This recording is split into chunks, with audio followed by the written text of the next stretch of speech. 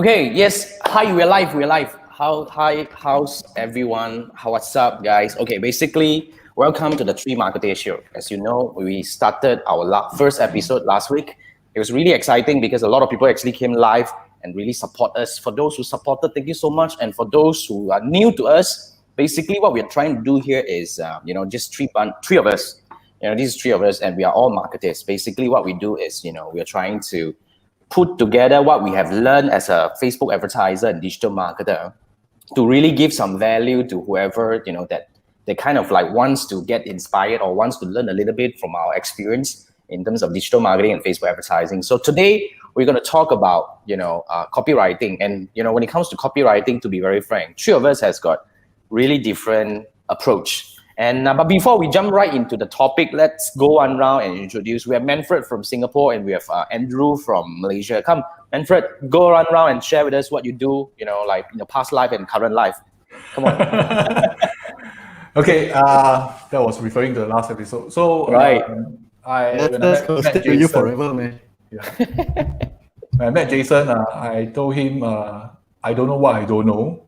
So I have a tendency to read a lot and try a lot of things. And marketing is a very interesting thing, especially in terms of market research. Jason commented that I'm quite particular about details, and hence I do a lot of market research, reading and trying out things. So digital marketing is really fun, and we test and see what's the response. So over to Andrew. Andrew. So what's your story over here?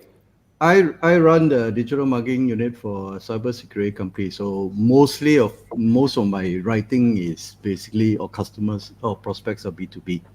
Right. So it's slightly different when you do B2C. But, correct. That's right. But the whole idea here is we want to bring together whatever we have. So for those who are new to me, my name is Jason. I'm your host tonight.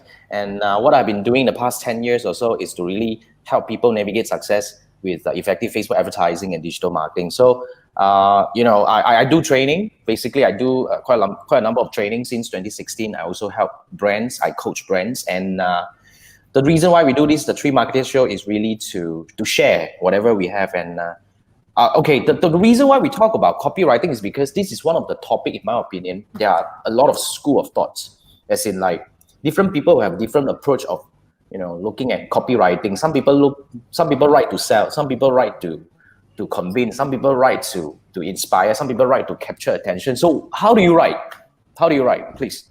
Is there anything? Andrew, how do you write? Are you with me, Andrew? Yep. Yeah. How do you write? Yeah. A bit of delay. For B2B, mostly is some form of, we do quite a lot of content writing. But my personal experience is we don't have a big team. So how I got involved in writing is, you the Chinese used to say, when the horse dies, you come down and walk. So I got involved in doing most of the writing and kind of stumbled into this world of copywriting. But it's also one of my passion and interests. When I was younger, I always, like I say, in the last episode, I used to cut out ads, to understand how people communicate. So there is this combination of a lot of debate is copywriting versus content writing. Are they the same? Those days it used to be quite distinct, but now with social media and all those things, the lines kind of blurred, because end of the day, both medium are also aiming to sell. My take is, when you do copywriting, primarily is to sell an idea, sell a product. It's kind of direct. Whereas the content writing is the education path that try to influence you or try to basically use the educational content or information to draw the customers in and says, by the way, I'm talking about safety and all those things, and the innovation of safety belt, for example, and all those things. Right. But Volvo has we patented this, and that's why we are one of the safest car. And so this indirect way of selling by providing information and value. So that's Right. how the way I look at it when you do copywriting and content in that sense. Okay. Yeah. So what about writing your ad?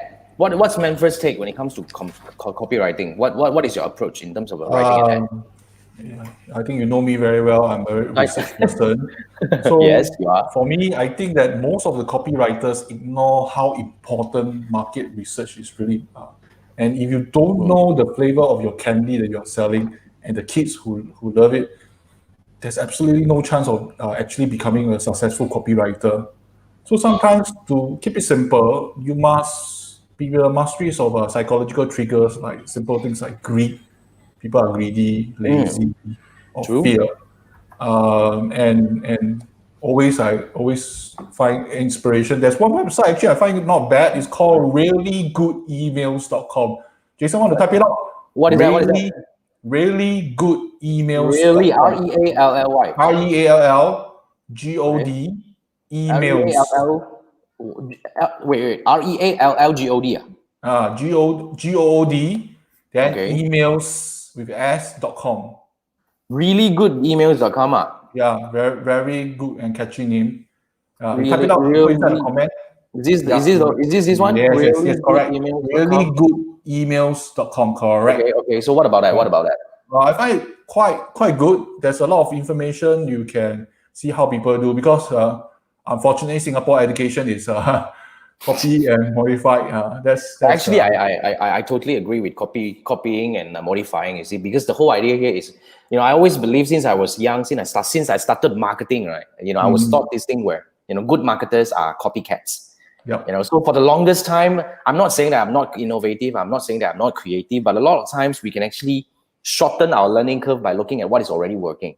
Yes, So exactly. I like what you shared last week, right? I think this is one of the very good nuggets that our audience can take away, which is when you want to do a copywriting, when you want to write an ad, or when you want to write a landing page or anything when you're writing, you should actually look at, just last episode you were sharing, Google Keyword Planner can help you research about what are the keywords that is really working for your competitor's website and all this kind of thing, which you can use these for your own benefit.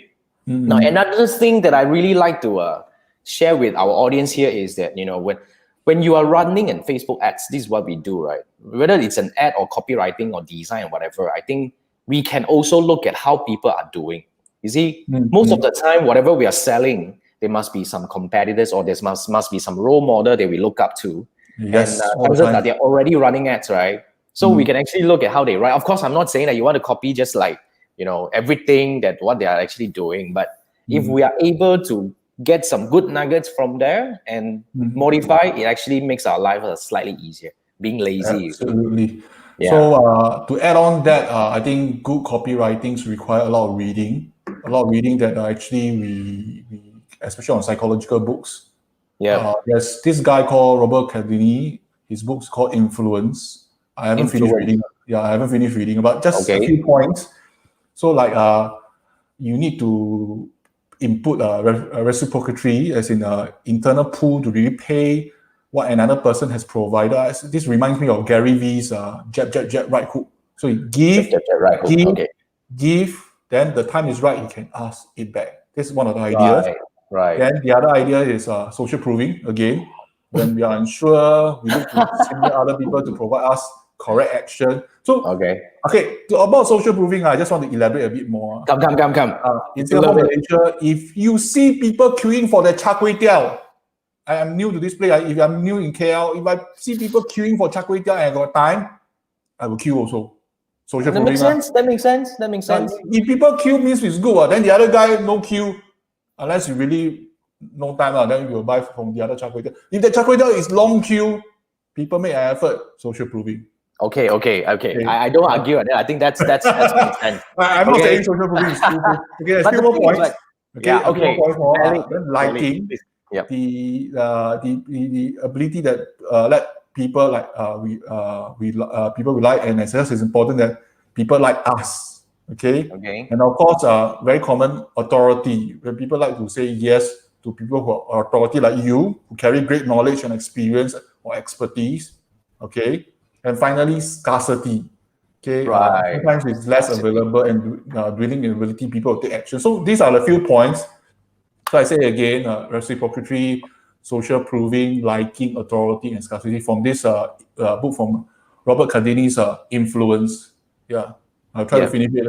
Yeah. I think it's Robert Kennedy influence. Okay. Later you type it up to maybe the. I type it out. Maybe you Type type it up Robert. to the private chat, and I bring it back to the comment and share with everyone. Can, no problem. I will. So, I mean, another angle that I think I want to bring up basically is, like when it comes to copywriting, I mean, let's bring it back to the advertisement writing at the moment. I think that's more like a core topic. Of course, copywriting involves a lot more aspects. We do know that other than ads writing, we do have copywriting for your landing page, copywriting for your email, and that's a lot of ways, basically for different medium, right? We will have different way of writing. But I think I want to actually bring it back to our context here, which is copywriting for your Facebook ads, for your advertisement. Now, in my opinion, I always have this kind of argument where I do believe, this is my opinion, of course, it's totally arguable. I would welcome everyone to come and debate with me. Now, in my opinion, I think copywriting is actually, when it comes to Facebook advertising, I think copywriting is to capture intent. Now, this is my argument. Now, when you are, let's say, for example, when this is very classic argument where when you're running an ad for a property development, for a property project, okay, when you're running an ad to this group of people, no matter how much you write about the feature, the pricing, the rebate that you have and all this kind of thing, right? If a person has no intention of buying a property, no matter how many times they scroll through that ad, they won't look at it. They won't even bother to stop and take a look. However, what I'm actually arguing here is that when you are actually going out as an advertisement, all we are trying to do here is not about selling. It's about capturing intent, because in most of the time, the selling can't be done before the click, can't be done on the social media. It can't be done on Facebook. It can't be done on Instagram. That's, of course, my argument, because in most of the time, people need to do it after the click, whereby people need to come over to your website. People need to come over to submit your phone number to start talking to you. Then only they will start. So my way of copywriting, the way I look at it is, I'm more like writing to capture intent. But what is your take? I agree with you. Capturing the intent is important. Qualifying the audience is very important. But what about those people who write long copy? But what is your habit? Do you like to write long or short copies? I think Depending on how much time you have. depend on content. Andrew, yes, depend on the content, yes. When you write for B2B, right, you tend to have to write longer because there are technical information. You got to explain how it's being used. So you end up back up with videos and multiple pages and all those things. But one thing I want to see is, I was involved in the newspaper industry in my early days. Right. And in classifieds ads, I was selling ads with Straits Times. And when I saw those ads that was being produced, because when you're young, you basically there's no life. So what I do is, my schedule is 9 to 5. I go out and sell ads, and from 6 to 7, I actually spend most of my time in the production floor. And that's where you get exposed to all those ads, the copies that comes in, and when they prepare for what. Compared to now, that was like 20 plus years ago. Compared to now, is those days you write ads because you want to create a desire. And you write ads because you want to create a desire. Come again, let me capture that. Okay. Yeah. So you write ads. The ad copy was aimed to create a desire, because when you run the newspaper, you can't do targeting. It's to everybody. So if I want to sell a financial services, or I want to sell a financial service, for example, and I target, let's say Straits Times or Star, it's going to go to everybody, from the news vendor to the CEO. And the only way is through the copy is to sort of get the, try to hopefully get the 1% or 2% people that you want to talk to. But now, if you move forward with social media, with Facebook ads and all things, we can actually do deep targeting. True. So instead of writing for desire, which is very, very tough, because you got to try multiple angles to come in to write, because it could be an emotional angle. Certain people are logical, and you have to write logical angle. But when you do with Facebook and now with social media and all those things with deep targeting, now is the angle of writing is try to get into, like what Robert Collier, one of the so-called the OGs of copywriting, is to get into the conversation that's happening inside the prospect's mind. The conversation that is happening inside the prospect's mind. So, for example, if I want to sell an SUV or I want to sell an MPV, for example, I'll be targeting people with families. Okay. Now, which the targeting side, and Jason, you're an expert in FBS. The targeting side can be actually done through Facebook when you do the audience interest and all those things. That's true. That's true. All I need to do now is to figure out what are these prospects who are maybe looking for MPV. What are the key points? What are the key pain points on an interest? Generally, people buy because one, they want pleasure. The other one is to minimize pain. Irrespective whether you're selling B2C or B2B, there's generally these two angles, right? True. I can target people already, so I now basically have to speak that language that people who are looking for MPVs. It could be space, it could be safety, it could be convenience, it could be the height. True. Right? And it could be maybe how many isofix points are there, because generally there's other younger kids, for example, or right, or if it's teenagers. Chances are teenagers nowadays will go with parents, so very likely that it's between baby all the way to 10, 12 years old. So those are the key points. Those are the things you do. See. So in writing is slightly different from that on. The approach will be slightly different.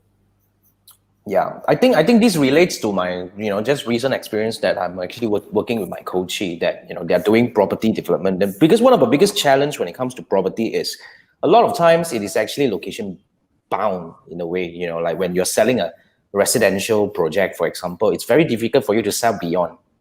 But it is still possible to sell beyond. But I was actually advising them that if you want to sell beyond, like for example, if you are selling a Penang property and you're trying to market it to Kuala Lumpur, which is KL, which is fair, because we have a lot of Penangites working in KL.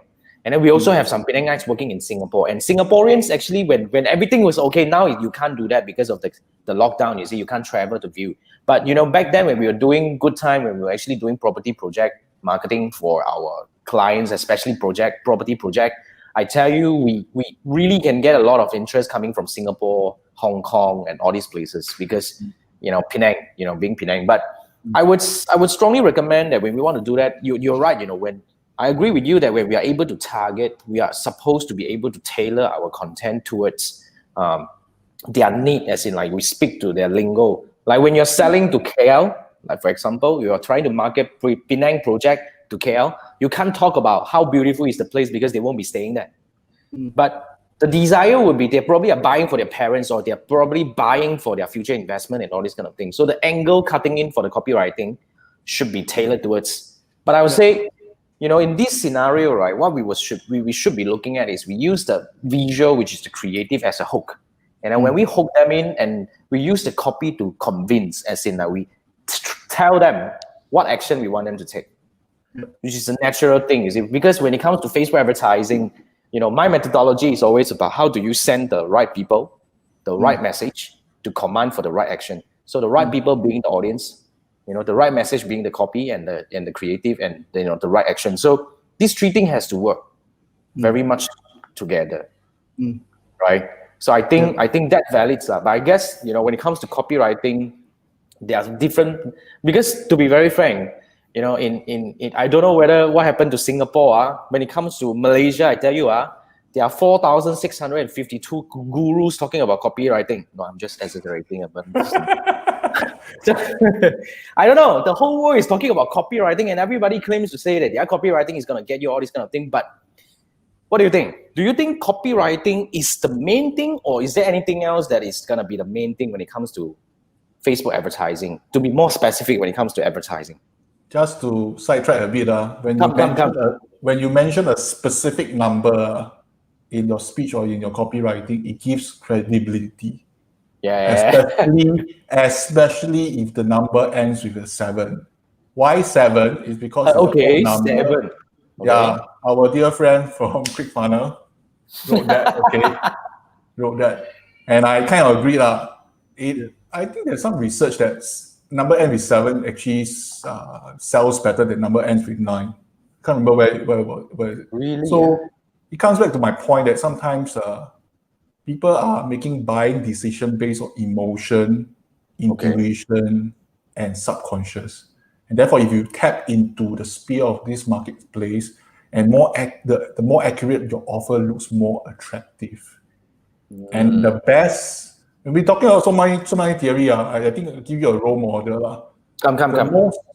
The most amazing salesperson is Donald Trump. Yes, I know today the news, he got COVID. I'm not talking about COVID, because I find him very fascinating the way he uses his language differently from other political leaders. Okay, as a lifelong salesperson, he has a strong urge to sell feeling. Yeah, people can feel you. Half the battle is won already. And honestly, some of his ideas, in fact, most of his ideas are just simply racist or just plain incomprehensible. Okay, but you notice how simple his language is. Most of the words he uses is one syllable. Okay, and often his speech is coming like boxing, or a series of jabbing, ending with a buzzword. Then his speech is comparable to a 4th grade reading level. 4th grade? Yes, and that means that he reach out to more people, and more people understand what he's trying to say. That's amazing, really. And you notice he tend to have very simple sentences construction. He don't use complex words that people don't understand. He loves to give command in his speech, like look at Paris, look at California, and often implying that we have agreed with his sentences. And he likes to arrange his sentences to end it strong. So normally you will say that you can't solve a problem until you find out what the root cause is. But is not the correct and word, right? So you move the is forward, become you can't solve a problem until you find out what is the root problem. Then you emphasize the root problem at the end. It is more for speeches. So when all these buzzwords added together, it forms his speech, And in some sense, this buzzword is all the audience will remember. And he always keep it simple and repeat a lot of times. And he truly examples of the best salesperson that sells you a TV without knowing what the TV is. Because the TV doesn't matter. It is you, the audience, that matters most. So he really caught my attention. And I hate to say this, most likely he will win. Okay. Yeah, hear it from me, most likely he will win. Okay, this is already gone on Facebook and YouTube. It's all everywhere. You say that, okay? Yeah. Joe Biden, I've been hearing his speech. I cannot put him in a bucket, But he is very clear. Okay. Make America great again. That was his last one. So he's very clear. Yeah, I think I can relate. Because in one of my, when we're actually teaching copywriting, because to be very frank, I'm not really an expert of copywriting, but after doing Facebook ads for many years, we sort of know how certain things work. One of the things that I really learned in a hard way, of course, we spend a lot of money, most of the time clients' money, but a lot of times it's clients' copy. But what we realize is when you're able to punch the keyword, such as buy, sale, you kind of like internalize to the audience's mind, and then it kind of like hypnotize. I'm not sure whether this is really hypnotizing, but it leads people towards the action. That's why I always like to emphasize, when you're running an ad, right, you must tell people what you want them to do. So it's very difficult for you to tell the whole damn story about how good is this thing, but at the end of the day, you didn't tell. You just leave them hanging and say that, see, we are so good. Then, what are you? Okay, I have read the whole damn thing. I know you are good. Then what the hell you want me to do? Because the ending must have the CTA. The punch thing, right? That's why, So the CPA must be instilled everywhere. That's what I think. So I think this is my recent experiment also. I think I can resonate with what you mentioned just now. My copywriting for my recent campaign is very simple. Just saying that this is what I do.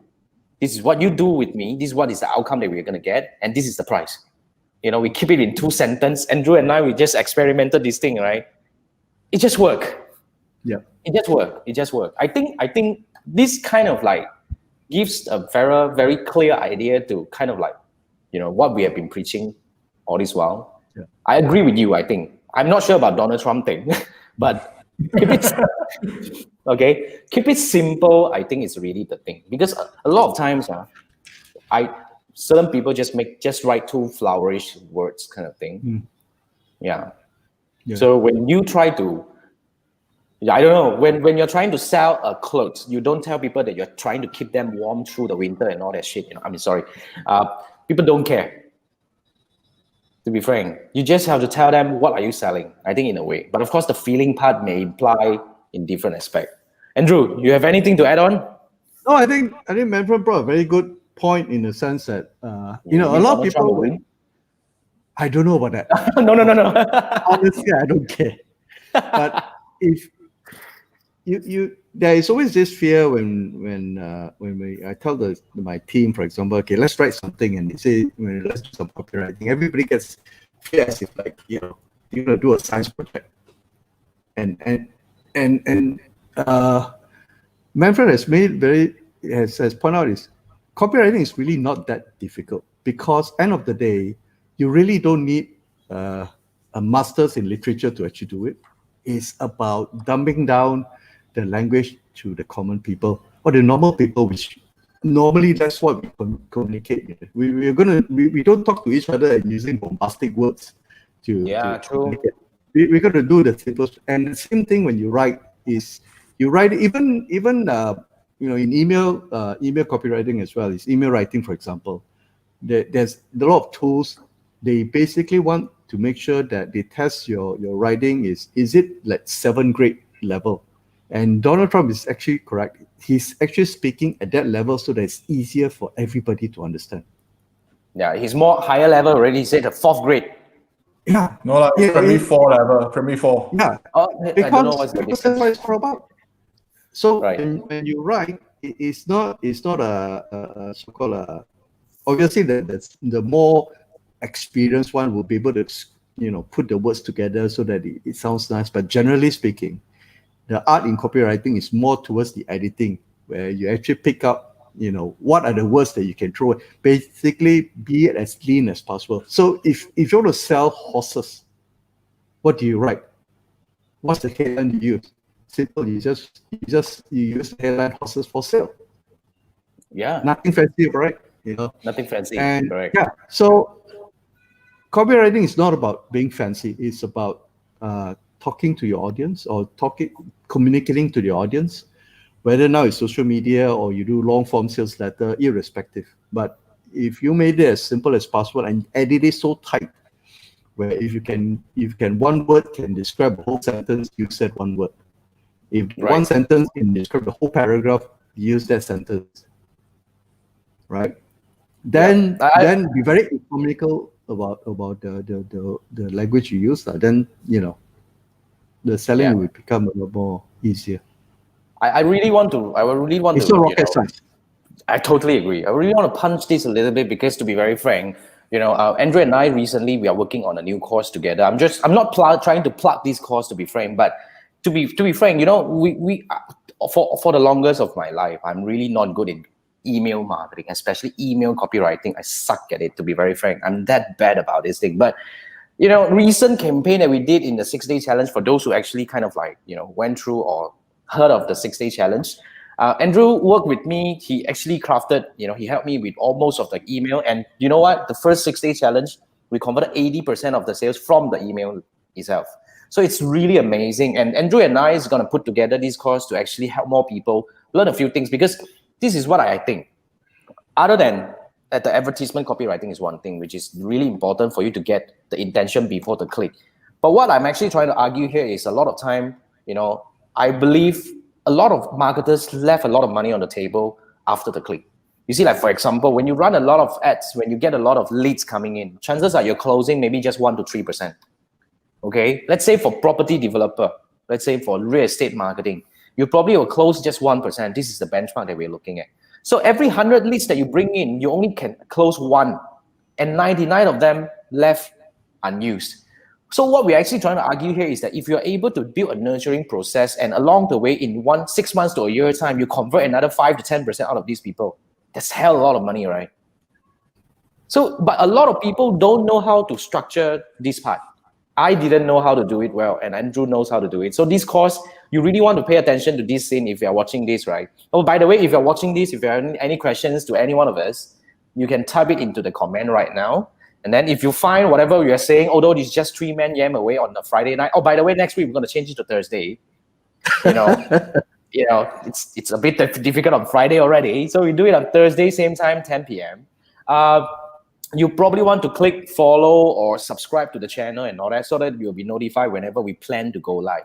You see, and if you have any topics that you wish us to cover, if you want us to talk about most of the things, in fact, we are, all of us combined, I think we have at least 25, 30 years of digital marketing experience.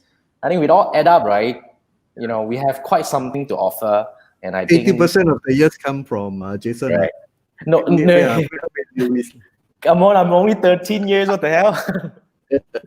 Hey, Jason. But, yeah. We can do some stuff like for dummies already, man. Facebook marketing for dummies. Well, that dummy series, make it as simple as possible. That'll be cool, man.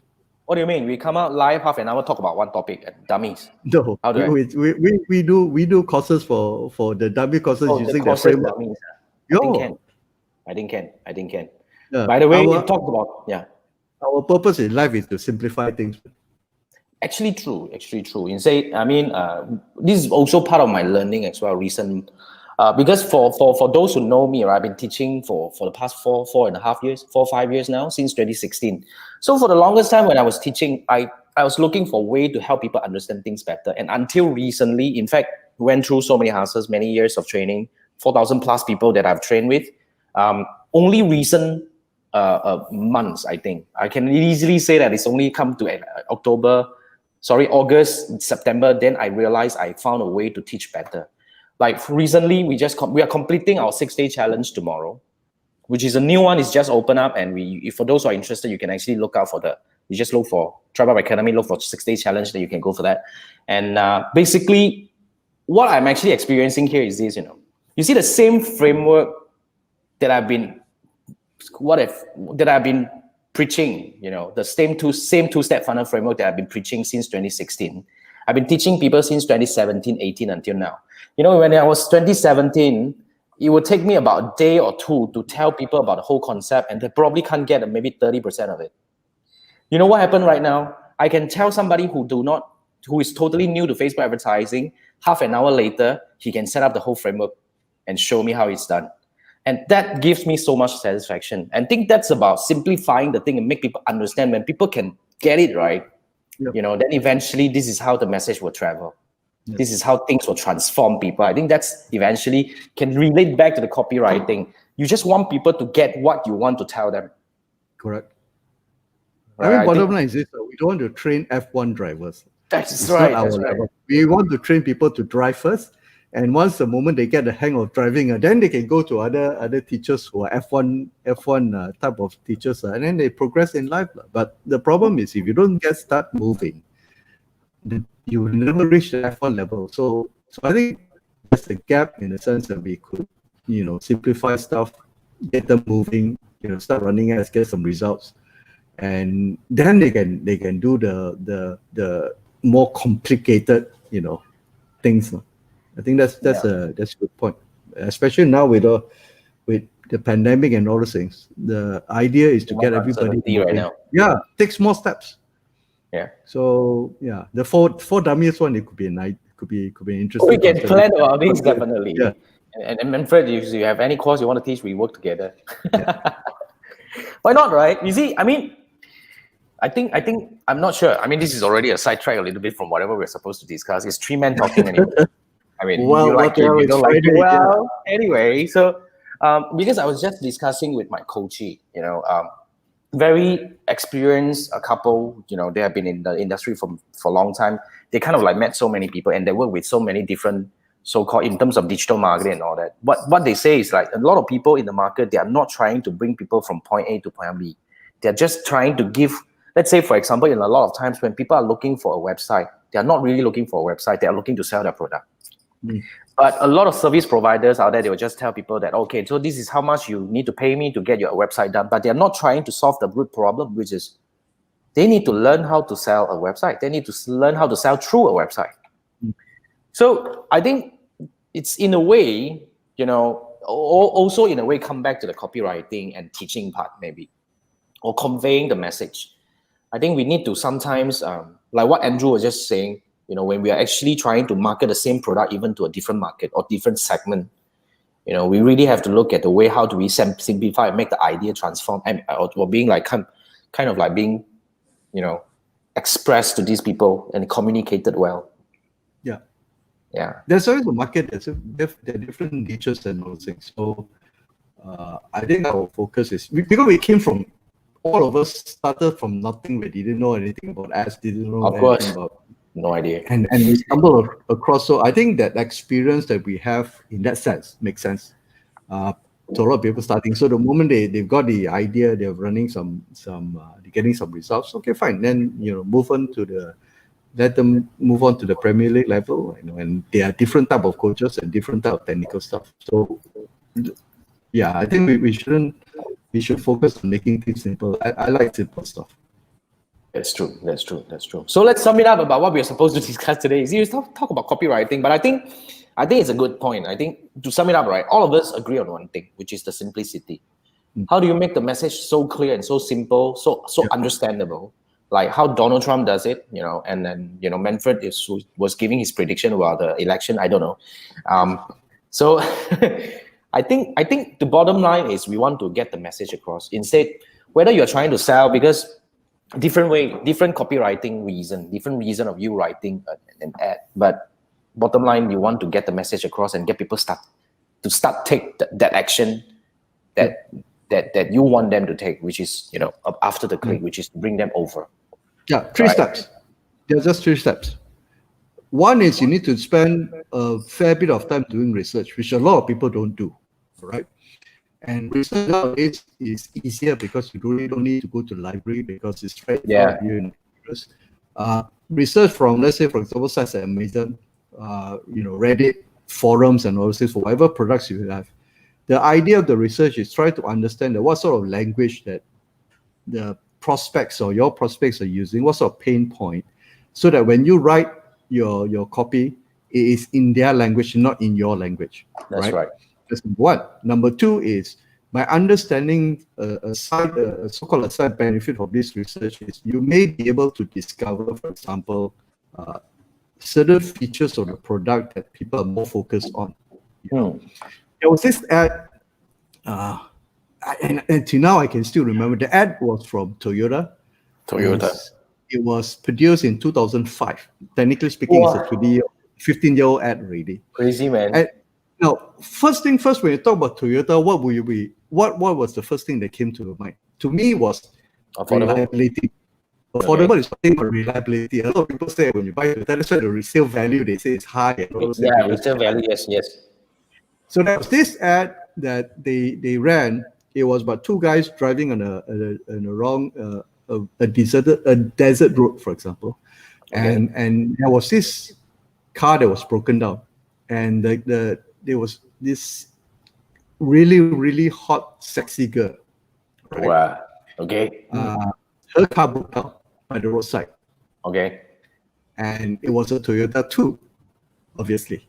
So these 2 guys, when they saw that, as in any guys, so they wanted to slow down and try to help the girl, And as they got closer and closer and they saw the car, the driver sort of immediately had a knee-jerk reaction and basically just speed off.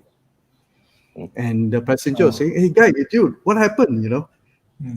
Why aren't we helping the girl?" So the driver's response was very simple. Have you ever seen a Toyota broken down before? Right. Okay. And true enough, that particular girl was actually a devil in disguise. Right. Now, I'm sure this idea came from a copywriter, primarily because you're trying to, then goes back to the angles. When you have a problem, you have a solution, for example, once you identify that, the idea is to communicate it using different angles. It could be a form of storytelling like this. It could be a form of facts.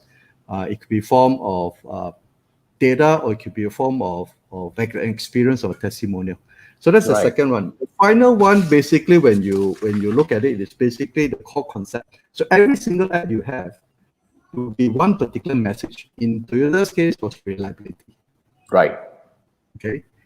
So you only have one core concept to in Manfred's as what Manfred has mentioned is, you make it so simple, you only deliver one message. You can run multiple ads, right? And especially that's doable in Facebook. You know, you can do Yeah. different targets, different audience, and you run multiple ads. And that would then appeal to different audience, for example, once you do your deep targeting. So basically these three things, you do your research, is very important, right? When David Ogilvy did the famous Rolls-Royce ad, for example, it took him 3 weeks to actually research about all the features and benefit about the car. And Rolls-Royce at those days, you know, I'm sure now it's still a very good quality car. Then the second thing is, once you have done that, so research, you spend more time doing that will help you. The second thing is when you identify the points, you know, list them down, because you can then use them interchangeably when you write your copy, right? And then focus on one particular core message per each ad. That will make writing a lot more simpler. So these are the three things that you could do to write. And because now we've broken down the myth that, you know, you got to be literally so-called expert or masters in English and literature, you don't need to. You write from your heart. You write as simple as possible, because at the end of the day, the 7th grade level is what we are aiming for. Yeah. Because real humans don't talk like Shakespeare. That's for sure. Okay. I like the point. Yes. Yeah. Okay. Yeah. Yeah. Cool. Cool. So that's a takeaway. I think we have quite a number of takeaway, but of course, we are not trying to really pinpoint how do you write in a sense. But I think the whole idea of this this episode, you know, I used to say too many lessons of teaching, all this kind of thing, right? Oh, now, yeah, I've been teaching. I just finished my day 5 just now. It was really, you know, fun. Anyway, sidetrack a bit. I think eventually, to sum it up again, you know, Manfred brought up about copywriting. I mean, research, and Andrew was talking about research, and we offered several ways of doing research. Whether we used a keyword planner from Google to look at our competitors' website to see how the keywords that they're ranking for, and then or we actually used the Facebook ad library tool to spy on our so-called role model or competitors' website. The ads to see what are they doing to give us inspiration. You know, a lot of times it's about good marketers are copycats. Okay, so anyway, we're just trying to improvise. We're trying to get some idea, and the way we look at our internalization as in come to writing, we have several pieces over here. But to point it out, I think all of us agree on one thing, which is simplicity. You know, as in like one key message at a time, getting the message across to get people to take that particular action that we're aiming for. I think, can we agree on these are the few key things that we want our audiences to take away? I hope so. I Yeah. mean, it's as simple as it is. Yeah, because it's like really to point it down to the simplicity. Now, I don't see any questions coming up. I guess everybody's kind of like just chilling. Probably they're just having fun partying while listening to us. I don't know why they are doing that while drinking. But anyway. That's Thursday. See whether it works or not. I'm not sure. in Memphis, we still have people watching, you know. We still have people staying with us. We have about 9% at the moment. We started quite okay, but, you know, eventually. But it's interesting. So, is there anything else you guys want to add on before we wrap this round? Just to add a few more things in terms of copywriting, the guidelines that I always like to say this: give them what they want, sell them what they need. Because a lot of times nobody want to eat medicines, but you give them what they're supposed to achieve after having the medicines, then it works. Right. Because if you tell them about the medicines, they will remember it's very bitter. I don't want to take the medicine. So again, give them what they want, sell them what they need. So sometimes you give freebies and the benefits, then they will come. And the other thing is quite important is in terms of copywriting is show, don't tell. Don't tell them, say, I am the number one tuition center in Singapore for primary school. You must show them, hey, I have 10% of my students is all A's. Right. How I structure my team, what are the problems, common problems. To show them, you don't tell. You don't tell that I'm just number one. This is not sufficient. Nobody will trust. You must show them exactly. Yeah. Right. I like that. I see. I mean, basically, credibility. Yeah, Andrew, you're saying? Good point. Of course, definitely. This is really somebody from Singapore. When he actually compete in the Singapore ads market, you have no idea, man. Singapore market, 4 times or 5 times our cost compared to Malaysia. So like crazy. So every dollar you spend, it's like you gotta be really careful on that. That's why. Sidetrack a bit. Sometimes Go. if the industry I'm not familiar, really, the research all day, and I like to write. I really like to run message campaign and let people talk to me. So you notice the words they use. I normally don't use these kind of words for, say, example, car industry. Then from your audience who actually click and come in and converse, you record down what are the words. Then you use it back for the ad itself. So a lot of times you have to be crazy, man. Yeah. But I think it's valid. Because like I always like to tell people, right? When it comes to copywriting, I'm always wrong. Why? Because why would I want to be right? It's the audience. I can never think like my audiences. So I like your approach. When you don't know about them, you actually try to talk to them and dig things from them. I think it works. I think it's valid. I like the idea. The market knows better. Definitely. Market knows better. Definitely. All right, man. I think, guys, 47 minutes. Wow. Sorry, we talk a little bit too long. Sorry. I think I hope you enjoy this. And remember, we're gonna do this on moving forward. We're gonna do this on every Thursday, 10 p.m.